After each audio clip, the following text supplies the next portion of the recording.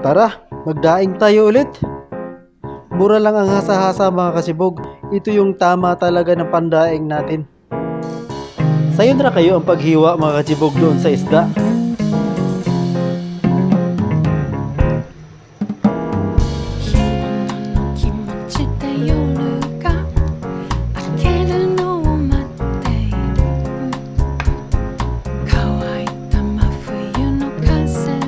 Tapos i-remove natin yung ituka at saka yung hasang.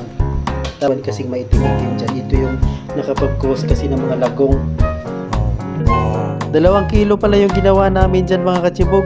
Kasi medyo mura lang naman kasi yung hasa-hasa dito eh. Ito hinangir lang namin dito yan sa loob ng kusina namin.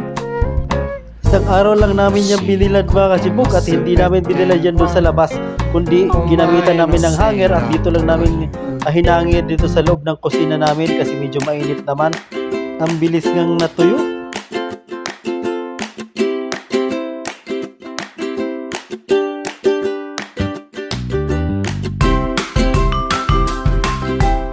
Napakasarap nito mga katsibog kasi hindi ito'y maalat at hindi rin siya matabang masyado.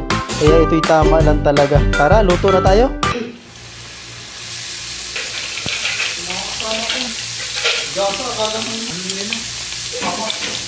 Kung ganitong luto talaga katsibog, lalo na pag sa umaga, napakasarap nito. Tara, ano pang hinihintay mo? Tara, kain na tayo.